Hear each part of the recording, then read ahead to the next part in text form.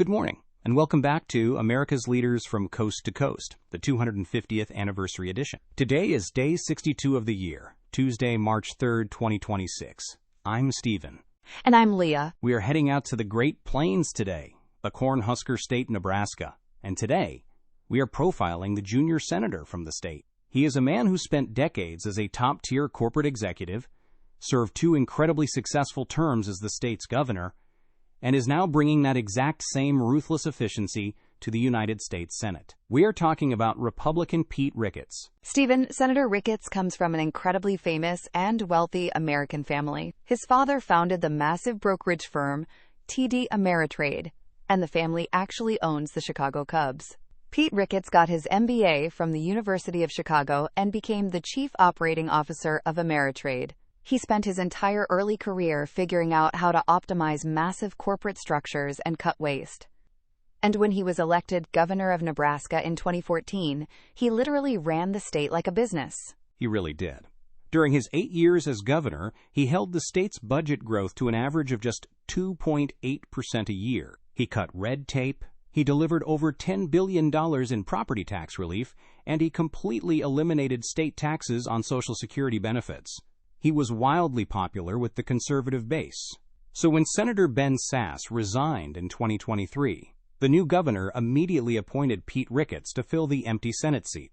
Ricketts then won the 2024 special election in a landslide, and he quickly established himself as a major player in Washington.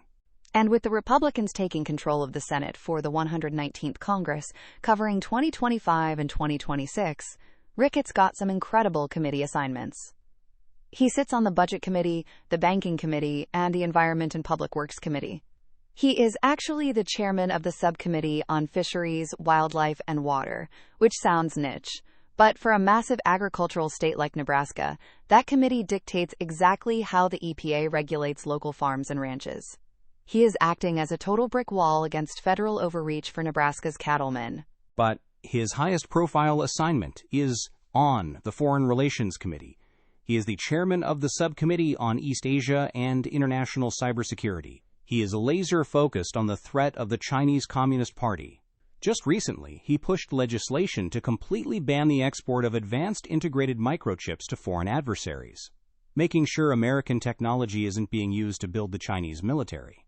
And on the domestic front, he has spent early 2026 acting as a massive cheerleader for the new Trump administration's economic policies. Following the president's State of the Union address in late February, Ricketts released a video highlighting the massive wins for Nebraska over the last year.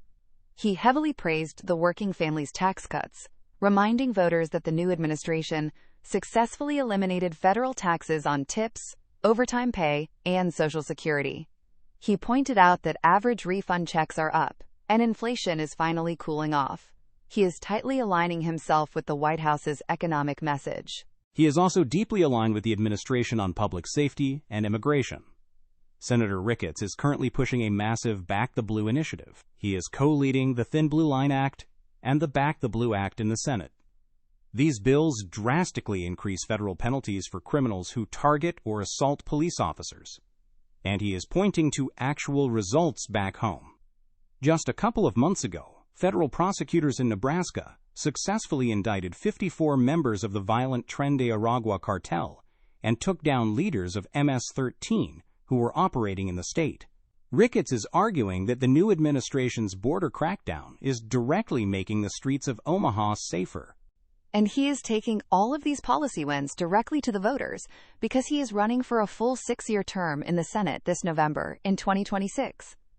And Stephen, this race has actually gotten incredibly dramatic over the last few days. It really has. Ricketts is facing a challenge from Dan Osborne. Osborne is a mechanic and a union leader who is running as a nonpartisan independent candidate. And just yesterday, in early March 2026, Osborne's campaign publicly accused Pete Ricketts of engineering a massive conspiracy. They accused the Ricketts campaign of secretly recruiting and planting a fake anti-abortion Democrat in the Democratic primary, just to split the opposition vote and make sure Osborne loses. It is wild. The Ricketts campaign completely denied the allegations, calling it a desperate conspiracy theory. But it shows that even in a deeply red state like Nebraska, Where an incumbent Republican should easily coast to victory, the politics are still incredibly cutthroat. Ricketts knows he can't take anything for granted, so he is reminding voters every single day about the tax cuts and the police funding he is bringing home. He is a fascinating politician. He operates with the calm, quiet demeanor of a corporate accountant, but he executes political strategy with absolute precision. The Ameritrade executive who became the governor. The senator backing the blue in the Cornhusker state. That is Senator Pete Ricketts. That is our profile for Nebraska. Stay tuned for our next profile. Please note, AI assists in the creation of this podcast from pointedwords.com. And remember, better pointed words than pointed swords.